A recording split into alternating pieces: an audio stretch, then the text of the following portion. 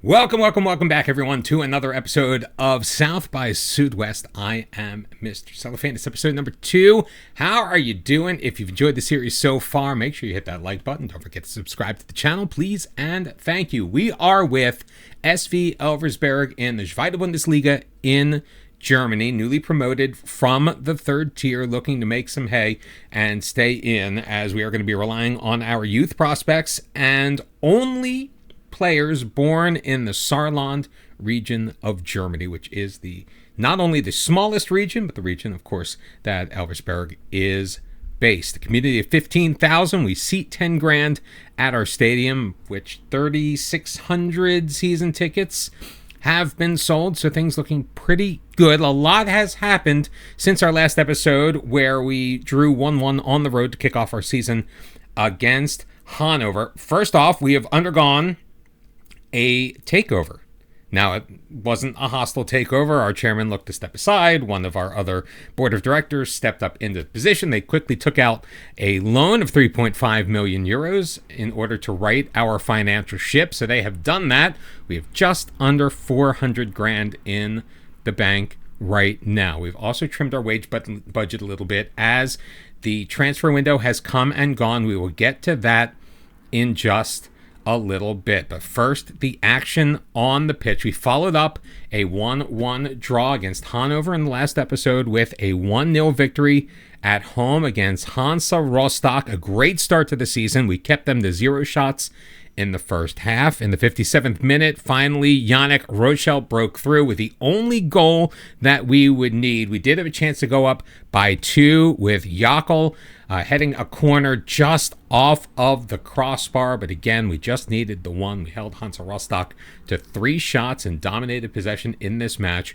Everything starting to look very, very good for us. Now, our dream of going deep in the DFB Pokal and earning money, because at this time we hadn't taken out the loan. So if you remember, we were more than 2.5 million euros in debt. Well, that came to a crashing halt at home against FC Nuremberg, a team from our own division.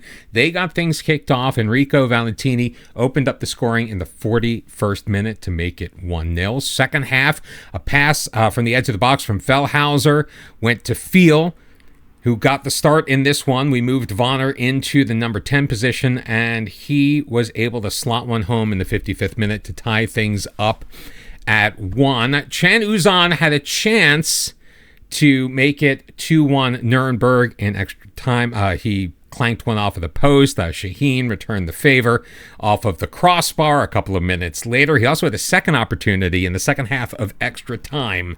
A free kick from about 5 yards outside of the box just sailed over the bar. We ended up going to shootouts. Penalty kicks, I should say, shootouts.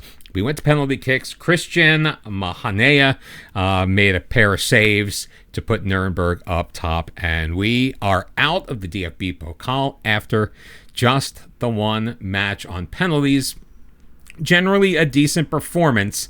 Can't say the same as we headed on the road to take on Kaiserslautern. This was basically all Kaiserslautern early on. We had trouble containing Aaron Opoku on the left wing, but it was the right wing, Richmond Toshi, that scored the first goal of the match in the 33rd minute. They made a pair of changes at the half, or we made a pair of changes, I should say, including replacing Fellhauser at right back, who again just could not deal with Opoku. Lick and Core, though, gave up a penalty, which Tobias Rasha was able to convert in the 58th minute. They almost made it 3-0. Dixon Abaima caught offside, so that one came back. But as you can see, the XG in that one was all Kaiserslautern, and so was the rest of the match, which we then took home and had our second consecutive loss, this time at home to Fortuna Dusseldorf. Nobody hit the target, 6 shots taken in the first half. So a triple change for Fortuna Dusseldorf at the half, and it took them 21 seconds to make that pay off as Jona Niemic scored his first of 2 in the 46th minute. Rocher was called offside in the 66th minute with a chance to equalize. Another lazy pass from Neubauer made it 2-0 for Niemicic. We did get one back. Vahid Fayir coming in relief at striker. Clanked one off of the crossbar, but then a minute later got another opportunity as Jakobsen crossed it in, made it 2-1, couldn't do anything in added time. So where does that put us on the table, you may ask? Well, we are in 15th place, even on goal difference and points with Hamburg, who are currently occupying that promotion relegation spot. Thank God for alphabetical order. Osnabrück and Schalke sitting behind us. 1 win, 1 draw, and a pair of losses through 4. We do have a game in hand on a number of teams here in the middle as we are all set to take on Osnabrück on the road. They are currently behind us. Oh, before we get into the match, though, as I mentioned, we did have a transfer window and we did make some moves, some big and some not so big. Lukas Pinkert, we loaned him out to Jan Regensberg, defensive right back. We kind of have a lot of coverage. Fellhauer obviously is our starter. We've got loanee Hugo Vandermeersch who can play there. Jaco can play there in a pinch, as can 34-year-old Marcel Correa, who we weren't able to make a deal to move out. He's in the last year of his contract before the end of the transfer window, but he may be making a move in January. So Pinkert ended up going out on loan, as did 18-year-old U19 Aaron Songer, midfielder. Wasn't going to be seeing any time this year for the big clubs, so figured get him some minutes at a lower level. Now, on transfer deadline day, we did make a couple of sales, mostly in order to raise just a little bit of money to put ourselves in a better financial position of players that either wanted to leave or were in the last year of their contract. One of those was 33-year-old central defender Kevin Conrad. He was kind of rotating in and out, pretty much on par talent-wise with a lot of the guys that we had, so we felt we could move on from him. We sent him over to Braunschweig for 50,000 euros, not getting a lot for the older statesman with less than a year on his contract. And then Thori Jakobsen had expressed an interest in checking out his options at the end of his contract. So we decided that if we could find a buyer, then we would take advantage of that buyer and get the money in now before losing him for free, because I'm not sure he would stick around at the age of 26 with the upside that he has. So we sold him for 250,000 to Schalke, which was a record high transfer fee received by the club. Also, Vonner, his goal, by the way, in the Nuremberg match, he became the youngest ever goal scorer for Elversberg. So here is how we are going to set up for Osnabrück. Obviously, a couple of changes as we had some holes in our starting lineup. Christoph is going to be in goal. It's going to be Neubauer, Leconcoeur, Jakel, and Fellhauer on the back line. Fellhauer, bit of a short leash after a couple of mediocre performances. In the midfield, Sickinger is going to slide into Jakobsen's slot, Samir Shaheen will play next to him. Stock is going to remain at the number 10. Vonner's going to be on the right side. Now, Vonner could play the 10, and I'm leaning towards maybe putting him there.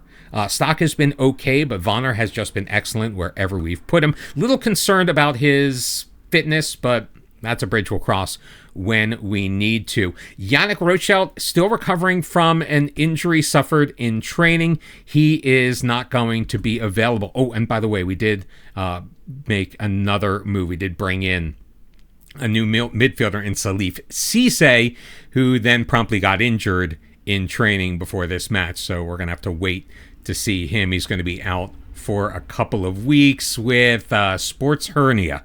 So maybe we'll see him make his debut in the next episode. The 29-year-old German-Senegalese dual national. So Conte is going to get the start on the left. Schnellbacher at striker. He has been, frankly, terrible. Just the one assist. No goals so far in 5 matches. We tried to make a move for the 29-year-old. He's got a couple of years left on his contract. We had absolutely no takers. So unfortunately, he's still here, but he is also going to be playing on a very short leash. But we're hoping that we can turn things around after 3 consecutive losses, although I am considering the Nuremberg Cup tie as a draw because, well, penalties, it literally is a crapshoot. Let's hope we can do a little better against the 4-3-3 of this team, Osnabrück, than we were able to do against the last 4-3-3 we faced in Kaiserslautern. So this first Südwest derby against Kaiserslautern didn't really go our way. First highlight of the match is coming for Osnabrück. Klein Hansel throws it across the goal mouth. That's going to go wide. It's going to be a goal kick.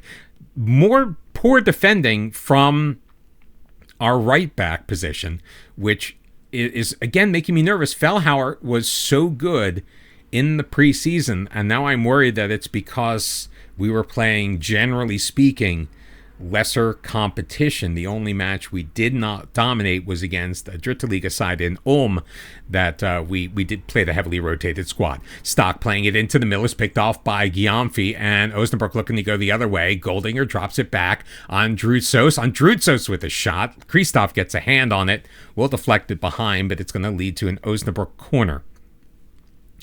Klein Hansel will take it. I'm working on my German pronunciation, if you couldn't tell. Jakel looks to clear. Schnellbacher is going to get there. He's got a man in front. Looks like it is Conte. He was offside. He's taken down, though. Thalhammer. No card. No yellow card for him. It was a bit of a... it's a bit of a bad foul, taking out Schnellbacher, and we're not able to do anything with it. Cuisance into the box. Conte looking to move it to his right. Around the D, shoots. Christoph making another save. We're just not really closing down guys around our box in the way that I hoped that we could. Another outswinger from Klein Hansel. Looking back post, Jakel deals with yet another one. He has been very good. Forget about that 6.8 rating. He has been so far our player of the match. They've got a 7.0 to Feldhauer, and I'm not quite sure where that came from, to be perfectly honest with you, based on what we've seen and the amount of room that we've been giving to Osnabrück along that right side. It hasn't hurt us, though, so far in the first half. We were able to escape 0-0 after 45. Vonner's feeling a little nervous, and I'm not sure why, so we're going to keep our eye on that. Hopefully Schnellbacher can start to gain some momentum from the way he played in that first half. At least had an opportunity. Unfortunately, the foul kind of slowed things down. Vonner with the corner. First highlight of the second half. Jakel just wide with the near post header. That could very easily have been 1-0. 6-5. Your shots on goal favoring Osnabrück right now. Free kick. Stock's going to play it. Leoncourt around the edge of the box. Takes it deep. Plays it into the middle. Looks for Schnellbacher. He's got it. His pass, though, picked off by Thalheimer.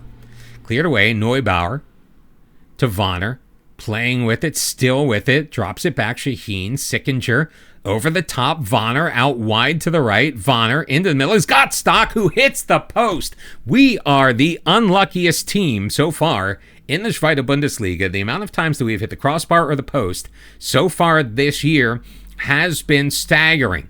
Corner in. Jakel heads it forward.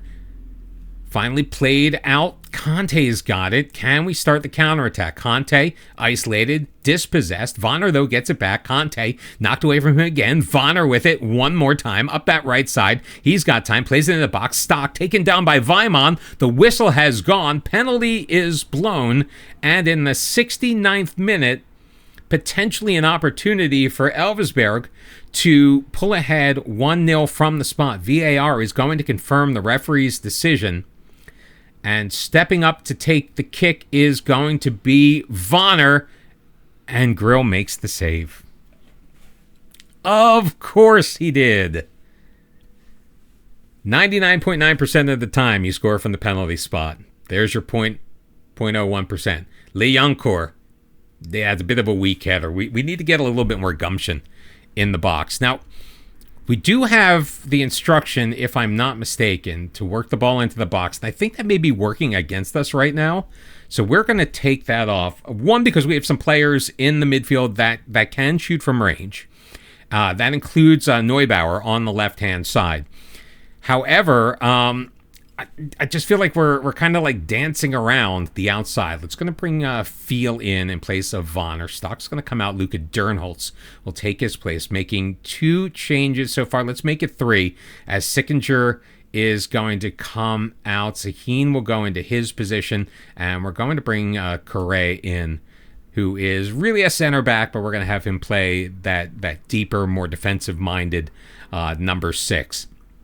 10-7, your shots on goal, and I think we're going to have a 0-0 draw in this live commentary. So the good news is we were able to pick up and put points on the board. We missed a perfect opportunity in the 70th minute, though. Paul Vonner had an opportunity from the penalty spot, and we just could not make it happen. We do move up 1 spot in the 14th place.